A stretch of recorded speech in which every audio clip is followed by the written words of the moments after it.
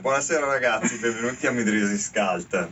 Questo è il nostro spazio di interazione tra musicisti, un'interazione che potrà avvenire dal punto di vista delle musiche, dei testi, piuttosto che delle immagini. Per cui ad esempio avete una musica, volete un testo, possiamo fare una canzone. Questa sera facciamo la seconda delle interviste, la prima è stata per lo split con gli Yara Mayau, dove c'eri sempre tu, Avenir e il nostro amico Bestiadus. E questa sera appunto la seconda di queste interviste abbiamo un personaggio che secondo me è stato fondamentale nella scena italiana, mi permetto di dire proprio questo, quindi Avenir, Doomsword, Agarty, Fiurak, Tetra, Medawar, chi più ne ha più ne metta, veramente. Avenir, te hai suonato, non so, quante band avrai suonato all'incirca? 40? 50? Non lo so, poi collaborazioni varie.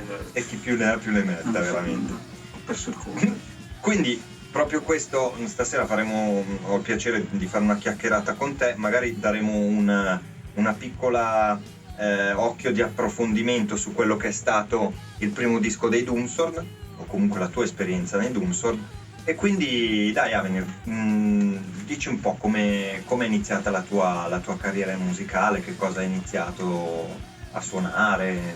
Ho iniziato giovane suonando il pianoforte, poi sono passato batteria, chitarra, qualche strumento etnico così, tanto per gradire. E poi sono entrato nel mondo metal verso i 14-15 anni, grazie ad amici che mi passavano le cassettine e sentivo questi schitarramenti pazzeschi e dicevo e niente, quindi sono entrato nel mondo metal, anche se non sono proprio completamente nel metal, mi piaceva soprattutto la musica anche alternativa, noise, punk. Che anni siamo all'incirca? Erano negli anni 88, 89, diciamo, okay. Quindi fine anni 80. Sì, fine anni 80. Per quello che ne so io di quello che è stato il tuo esordio musicale a livello di band, io conosco gli Ocropoid, che erano una band, ecco, logicamente non penso che stiamo parlando di una band che per forza tutti conoscano.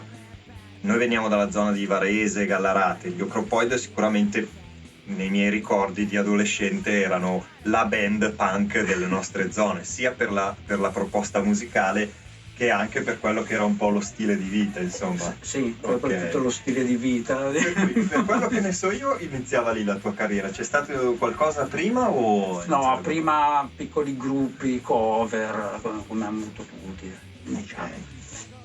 Gli Ocropodi sono stati il primo gruppo importante perché comunque nella zona giravano. Esatto. E quindi abbiamo iniziato a fare i primi, cioè io sono entrato che loro avevano già un certo nome, quindi mi sono trovato un po' in un gruppo che era un po' sopra le mie aspettative, mi portavano in giro da tutte le parti, poi con un pazzo.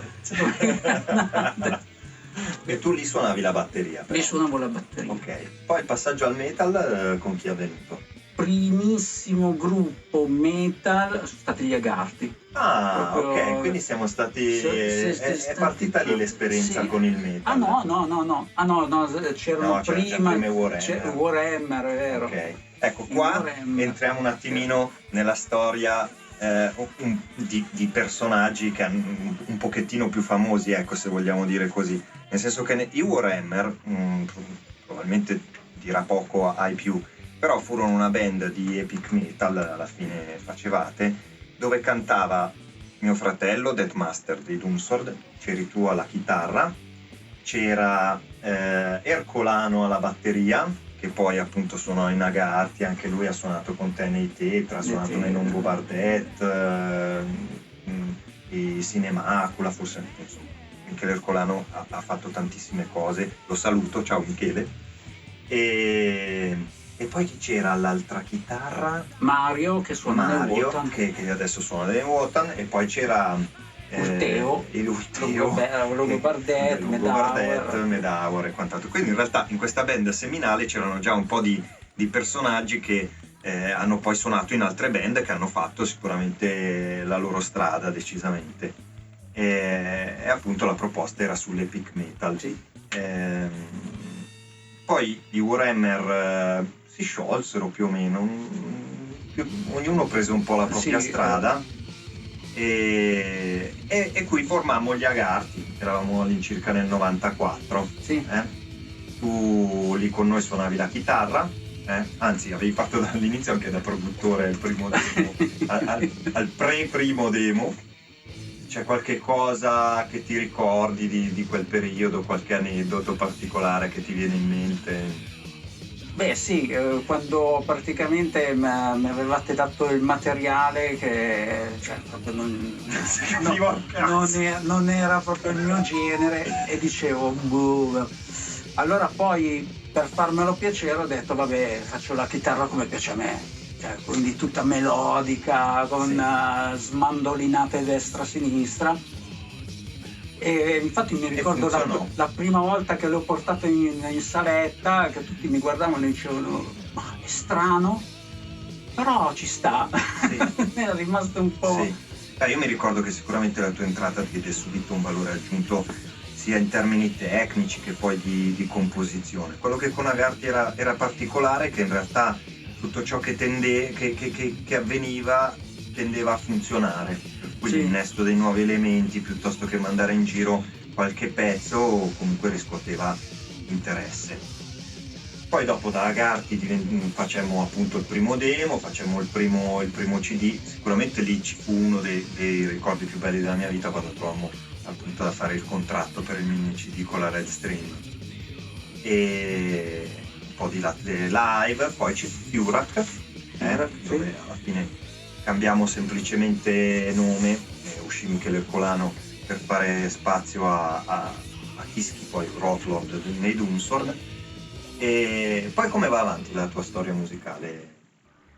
Beh, parallelo a Agarti c'erano i Doomsword, sì, che è stato impegnativo, strano, veloce, molto rapido. Poi ci sono stati in Astenka.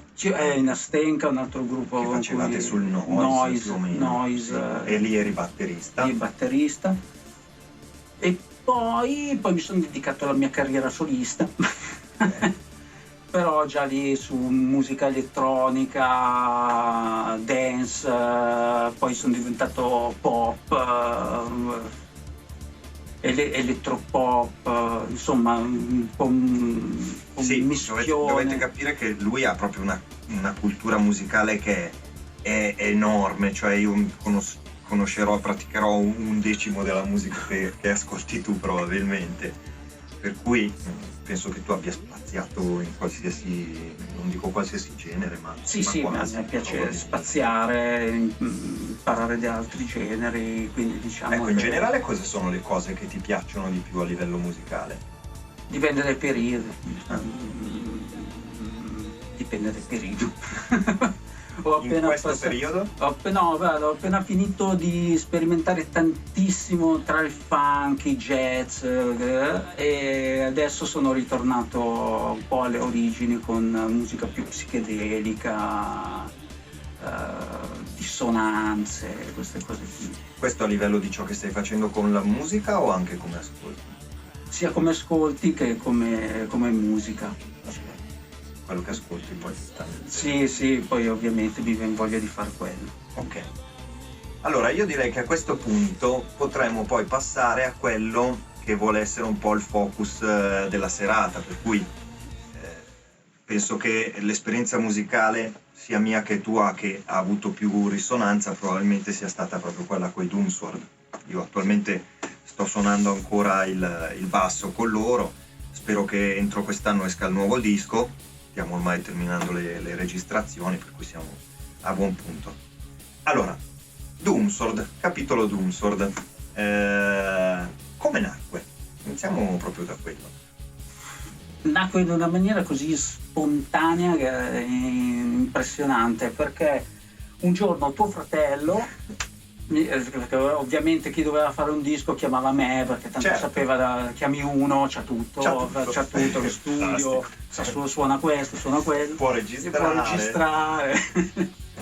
E mi chiamò dicendo: ma ho incontrato uno che se gli facciamo un disco così ce lo può produrre. Ecco, qua io voglio aggiungere la postilla, perché io questo evento non c'ero, ma me l'hanno riportato, nel senso che mio fratello era a Mariposa, Milano, ed era appena uscito il Minicidi degli Agarti, e quindi ne stava parlando con il proprietario, e in quello stesso giorno c'era forse Sandro Buti presente nel negozio, che voglio dire, chiunque adesso guarda questo programma sicuramente è facile che si conosca Sandro Buti, che è una delle penne italiane di giornalismo sul metal più famose in assoluto. E c'era poi il proprietario dell'Underground Symphony, adesso io non mi ricordo il suo nome, forse Maurizio, sì, non vorrei sbagliare. E insomma parlavano della nuova uscita, parlavano di influenze musicali. Mio fratello espose quello che poi era il suo grande amore per i Warlord, l'epic metal americano, ed effettivamente parlando di questo lui gli disse: guarda, se fai una roba del genere io te la produco subito. E quindi è questo l'avvenimento al quale tu ti riferisci. E quindi mio fratello ti chiama e mi ha detto: se vuoi fare figurati, sì, cioè tanto. Beh, a te piacevano i Warlord? Sì, mi piacciono molto, sia come batteria che come chitarra. Sì. E quindi non ricordo più, forse il giorno dopo, il lunedì, il martedì, è venuto a casa mia. Abbiamo fatto 2 pomeriggi, io e lui, chitarra, a dire: dai, facciamo così, il riffettino così, c'ho un riff io vecchio, un riff tu vecchio, e il lunedì lui ha preso il demo registrato per portarlo. Quindi proprio preso e va. Che poi in una settimana. All'inizio avevate deciso di avere un nome tipo 1014, una data medievale. Quello voleva essere il progetto prima, più medievale, tutto acustico. Pre-Doomsword. C'è qualche registrazione di quello forse? Sul primo demo dei Doomsword, che poi è stato ristampato. Ecco, facciamolo vedere. È stato ristampato. C'è un acustico che è stato tirato fuori proprio da quello. Da quella prima esperienza. Sì. Allora, intanto adesso io faccio vedere, questa è una ristampa del demo dei Doomsword. Vabbè, poi sicuramente ci saranno tutti i vari abbagli, li faremo comparire le immagini, che è uscito sotto Postmortem Apocalypse. Dovrebbe essere l'etichetta di qualcuno dei Manilla Road, questa ristampa. Ecco, quindi lì avviene la registrazione del primo Doomsword già direttamente, e quindi lì hai suonato tu la batteria. Ho suonato di tutto. Hai suonato tutto. E cantava già mio fratello. Cantava tuo fratello. Perché non c'era alternativa poi del resto. Solo quello. Ok, poi quindi lo porta direttamente a quel punto. Sì. E ci fu un po' di proposte, cioè erano. Adesso io non è che conosca molto di come vanno le cose tra i giovani musicisti metal o in generale, però in quel periodo registrare un demo e avere nel giro di niente diverse proposte per un disco in Italia, facendo epic metal, non era una cosa scontata, cioè era veramente qualcosa di eccezionale, perché poi voi aveste subito l'interesse, mi ricordo, della Lucrezia, di Underground Symphony, forse c'era di mezzo anche Dragonheart, comunque tutti si erano proposti poi per un disco. E infatti faceste forse un altro demo, quello cantato. No, è vero, aspetta. Poi abbiamo fatto altre canzoni che dovevamo fare altre registrazioni. Poi abbiamo trovato Gabriele, che è venuto a cantare perché tuo fratello non se la sentiva. E lui aveva fatto poi il demo Sacred Metal e fu con Gabriele, quindi? No, il demo è senza solo Gabriele. Solo la voce di Deathmaster. Ah, forse mi ricordo che avevate fatto qualche altra preproduzione proprio da mandare all'etichetta in vista del disco. Esatto, adesso mi ricordo, perché voleva sentire il cantante, che gli avevano detto che era fenomenale. Esatto. E così fu, perché comunque Gabriele fece un lavoro eccelso, Sì. veramente. Aveva questa voce, a me ricordava tanto un incrocio tra Messiah Marcolin e Bruce Dickinson, Sì, sì. di base. E quindi poi arriviamo al disco. Avevate scelto Underground Symphony. Sì. Come mai? Perché ci aveva fatto una proposta diversa dagli altri, dicendoci che aveva già più l'intenzione che il nostro disco potesse diventare un cult. Lui diceva: tanto non venderete tanto, però lo voglio produrre bene e farlo proprio un cult. A me piace e lo voglio fare come piace a me. Che poi quella fu l'identità che in realtà i Doomsword hanno sempre mantenuto nel tempo, cioè l'idea di qualche cosa un po' lì nell'oscurità, suono in giro sì, ma anche no, Sì. faccio un disco adesso, uno l'anno prossimo, poi scompaio per 5 o anche 10 anni. E però questa idea di seguire qualche cosa di culto, secondo me proprio è stata l'identità del gruppo che ha portato avanti bene. E quindi vi fece, mi ricordo insomma l'uscita, vabbè, scrivila tu se vuoi. Sì, abbiamo firmato il contratto, vabbè, è stato fantastico firmare il contratto lì in quello sgabuzzino, facendo finta, adesso usciamo e ne discutiamo tra noi due per vedere, siamo usciti No, mi ricordo, allora, di quello che succedeva a casa mia, le impressioni erano che Underground Symphony aveva centrato sì ciò che il gruppo voleva assolutamente, ma soprattutto aveva fatto questa proposta che si diversificava dagli altri per il fatto di fare intanto il vinile apribile, il CD con la copertina in pelle, per cui voleva proprio investire tantissimo in immagine, e infatti questo fece la differenza sicuramente poi nell'impatto della band. E poi io ritengo che voi siate stati anche un po' dei pionieri, perché in realtà in quel periodo, se parliamo intorno al 1997 più o meno 98, ciò che era epic metal non era ancora poi un po' esploso come è venuto fuori dopo con tante band greche o americane, ecco.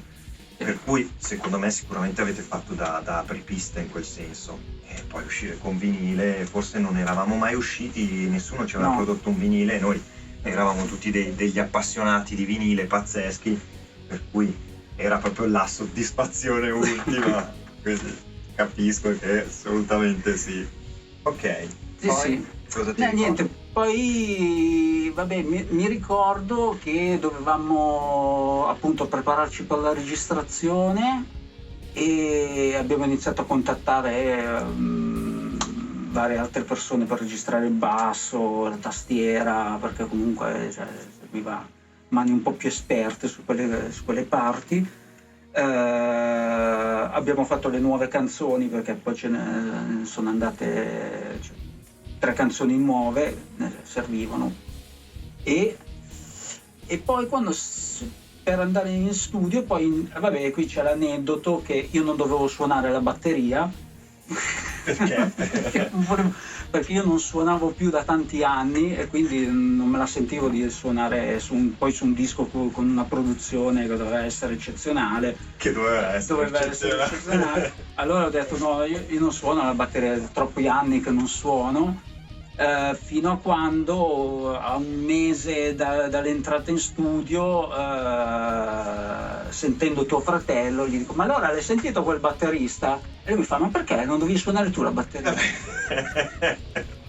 E ormai era troppo tipico di mio fratello. Ormai era troppo tardi. Tu pensi che lui abbia tutto pronto e invece di realtà non c'è pronto un cazzo, ma lui ha un'idea precisa di come devono andare le cose, sempre. E quindi in un mese ho dovuto imparare tutte le canzoni, sono arrivato in studio che le sapevo, ma avevo la tendinite, ovviamente.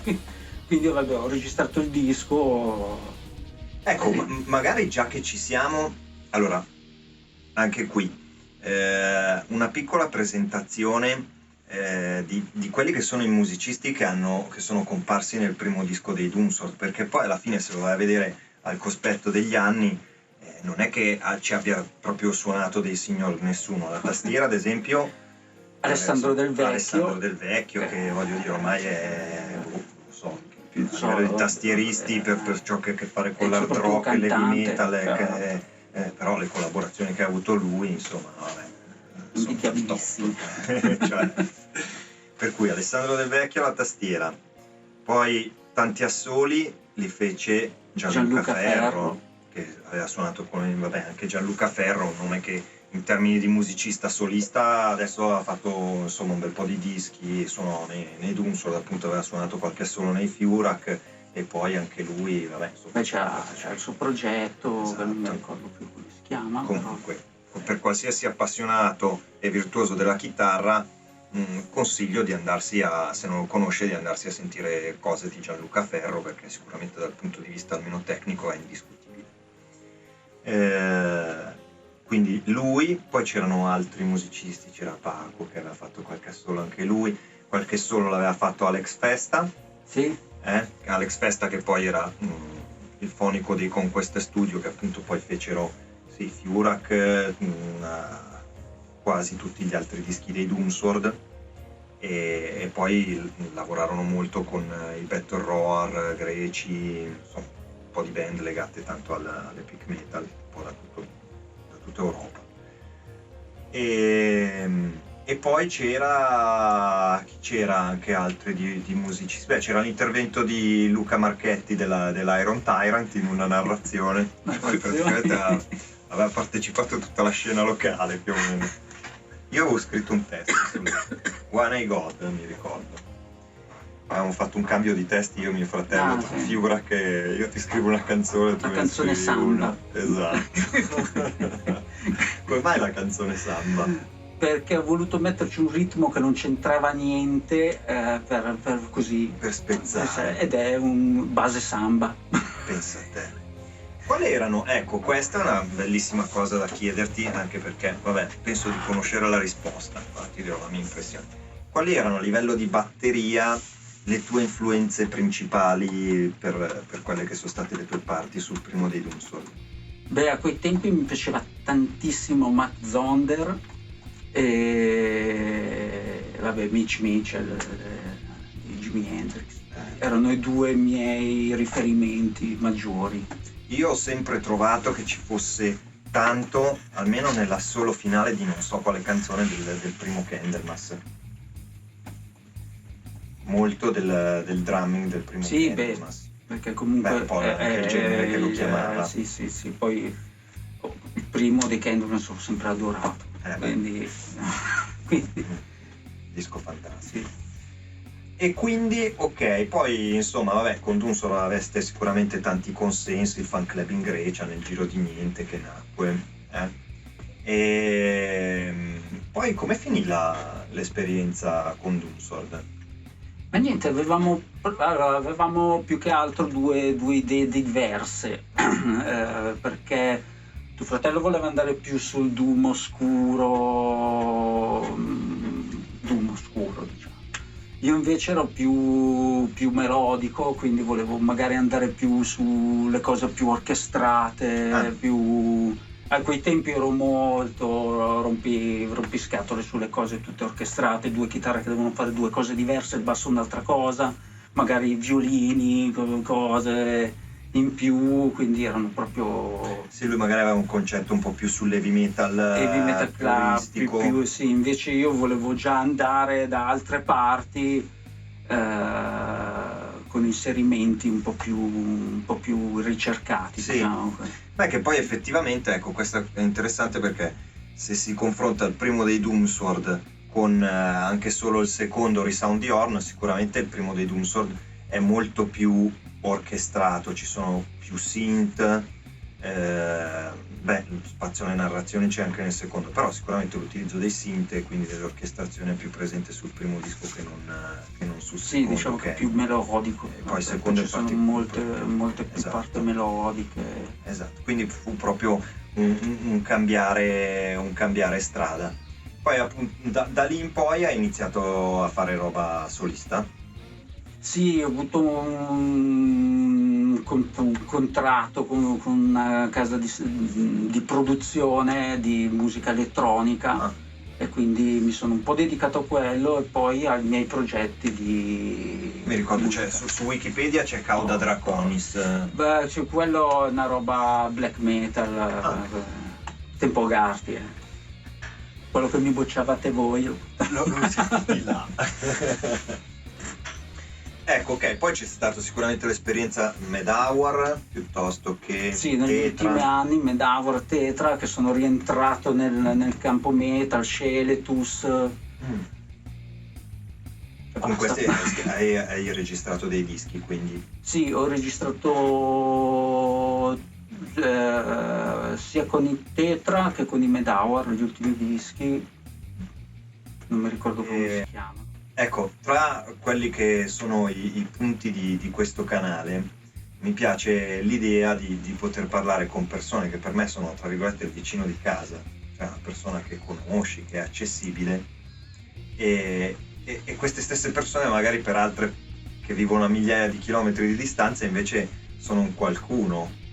Allora mi ricordo ad esempio quando vennero i Better Roar, che sono questa band greca di epic metal, che hanno suonato coi Manowar, per cui comunque gente che ha detto la propria anche lì, e lui mi diceva che era un tuo grandissimo fan, veramente, ma addirittura per quello che mi ricordo io, che non è che adesso la mia memoria sia affidabile al 100%, però mi ricordo che proprio lui mi diceva sicuramente che gli piaceva un casino come suonare, ma che addirittura l'avevi proprio ispirato nell'iniziare a suonare. Ma non lo so, questa cosa me l'hanno già detta anche quando suonavo in Nastenka.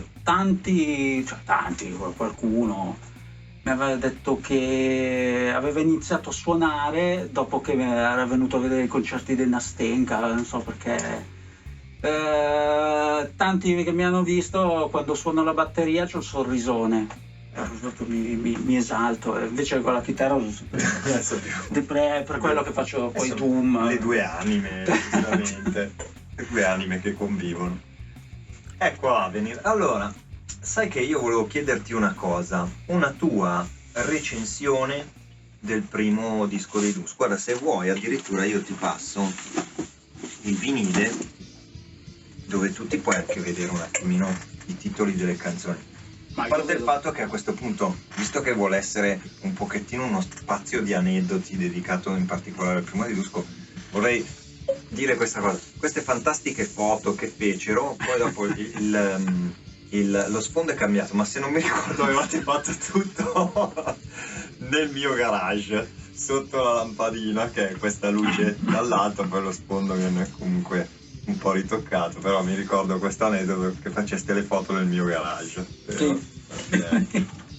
Ecco, una bella recensione, una tua recensione del disco, se la vuoi fare pezzo per pezzo, non lo so, come vuoi tu, va benissimo. Beh, per me di tutto, capelli spettacolari. Esatto, che c'erano. Siamo da quel presupposto. Adesso siamo arrivati a questo livello. No, beh, allora, a parte la registrazione che l'ho sempre trovata che non mi è piaciuta, che in qualche maniera cioè fu accolta bene per qualche strada, ma perché comunque aveva un'anima. Non ho mai capito perché, però va bene. Poi la mia batteria che era una carcassa, va bene. No, beh, di questo disco sono sempre molto fiero perché comunque diciamo che gli arrangiamenti praticamente li avevo fatti quasi il 99%, quindi sono molto fiero di quello che ho fatto. C'è qualche canzone che hai scritto anche a livello compositivo? Intanto. Allora, diciamo che Sacred Metal l'abbiamo scritta assieme. Sì. Helm's Deep, qualche riff forse gli ho messo dentro. When I God, diciamo che è tutta di tuo fratello.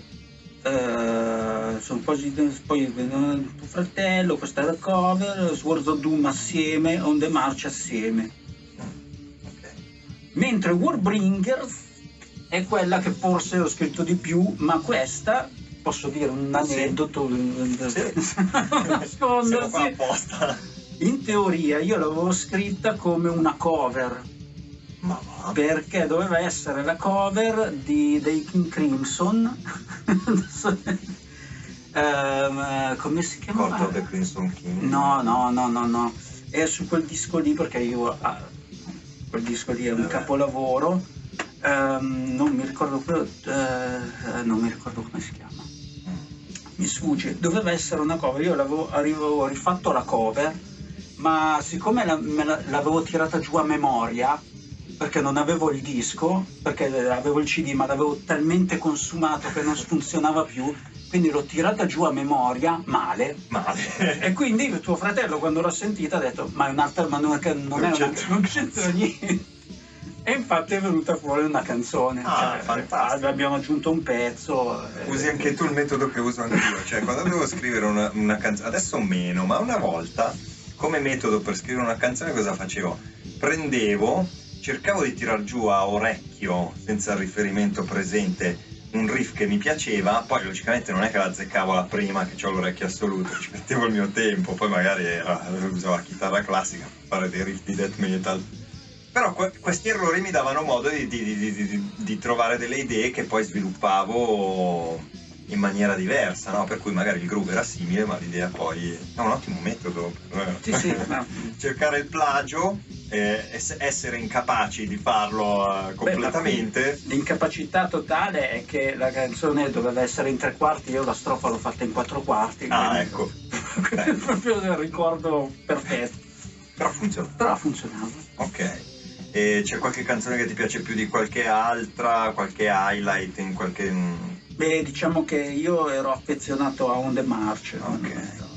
Non so perché. E se ti dico che, io l'ho suonata tante volte in giro, le canzoni del primo disco, ma che effetto ti fa? Cioè c'è gente che veramente quasi, nel senso, quando suoni Sacred Metal si mette a piangere, piuttosto che, ci sono migliaia di persone al concerto che la cantano tutti insieme, Sacred Metal come le altre canzoni di questo disco. Che effetto ti fa pensare, ok, ho scritto delle canzoni che comunque piacciono a migliaia di persone e fanno provare delle emozioni? Fa piacere, soprattutto segretamente il ritornello me lo ricordo, perché non sapevamo come farlo. Allora io avevo proposto a tuo fratello, ma sì, mettiamoci su una batteria che fa così e 4 accordi. Ok, che accordi? Ma sì, dai, ti metto questi accordi, tran, non mi ricordo più, e sono rimasti quelli. Perché poi è arrivato tuo fratello alla sera che cantava il ritornello in discoteca con la musica sotto, e dicevo, non capisco niente, però sembra bello. Sembra bello, proviamo. E andò. Bene. Funzionò. Fantastico. Questo era lo scopo soprattutto di questa intervista con te, era anche un mezzo per magari tirar fuori delle piccole chicche o aneddoti appunto su quello che fu il primo disco dei Doomsday. Bene, perfetto. E invece sai che c'è una cosa anche che volevo dirti io, e questo è il mio pensiero, voglio sapere un po' cosa ne pensi tu a tua volta. Nel senso che io ho sempre pensato che tu sia un po' pioneeristico. Cosa intendo dire? Almeno per quanto riguarda la scena del Varesotto di Gallarate, suonavi nell'Ocoproid, che era una band che poi è stato di... Poi l'altra esperienza è stata Agarty. Adesso non è che stiamo parlando di un nome che ha rivoluzionato la musica, no, assolutamente, però comunque sicuramente in termini di scena italiana una di quelle band che ha avuto un contratto all'estero e che è stata più o meno tra le prime a proporre il black metal con le tastiere in quel periodo lì, e tu c'eri e soprattutto hai dato un input che ci ha fatto evolvere. E poi hai fatto i Doomsday, che anche loro sono stati comunque pioneeristici. Come ti ritrovi rispetto a questa mia affermazione, che sicuramente è distinta? Sì, diciamo che devo sempre cercare qualcosa di nuovo. Far sempre le stesse cose mi annoia. Quindi sia come ascolti la musica, che cerchi sempre di trovare qualcosa di nuovo e non fermarti come magari fanno tanti a quel periodo. Mi piace la musica fino al 1986, punto, basta. Poi da lì in poi qualsiasi cosa esce basta, non c'è più niente di buono. Invece io vado sempre a cercare qualcosa di buono, cioè qualcosa di buono per me, certo. Ovviamente. Quello di poi la prendo e cerco di riproporla sempre a mio modo. Infatti probabilmente anche per questo, perché tu dai il primo passo e poi cambi strada, sì, poi c'è la novità. Andate. Sicuramente questa è a mio giudizio una modalità abbastanza purista nel tuo intento, nel senso che non è che sei mai stato legato a ok, qua ci vedo più possibilità e allora vabbè, piuttosto vendo il culo, ma sì, diciamo il carro. che fare un disco e poi fare un altro uguale a quel precedente è sempre un po' annoiato. Sì, per me ci deve essere un'evoluzione, quindi fai un disco, poi ne fai un altro che magari sì, richiama il primo, ma deve essere cioè, comunque altro, evolve, presente. Insomma. Adesso che quindi vabbè, a livello meno male storico abbiamo un po' ripercorso, penso, quella che è stata la tua carriera a grandi balzi anche. Nel tuo presente che cosa c'è? Allora c'è Midrisi Scalta, quindi quello che mi stai proponendo tu.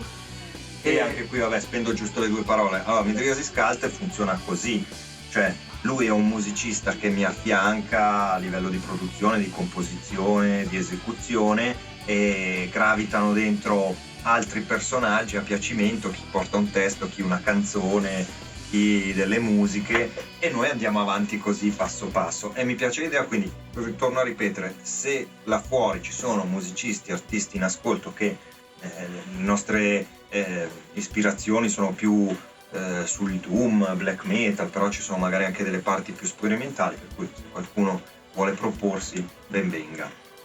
Quindi ci siamo noi, poi c'è qualche altro progetto in essere? Beh, Yaramaya U, che è lo split che andremo a fare, che lì siamo un po' su un hardcore industrial. Sì, poi dipende quando il cantante è qui, perché quando non c'è chi se ne frega, penso a me, è uno zingaro. E quindi se lo acchiappiamo magari facciamo un'intervista anche a lui, oltre a quella dell'altra volta. E poi niente, adesso sto prendendo lezioni di canto perché ho deciso che voglio cantare io le nuove idee che ho avuto, che sono genere showgaze. Ostrega, cioè?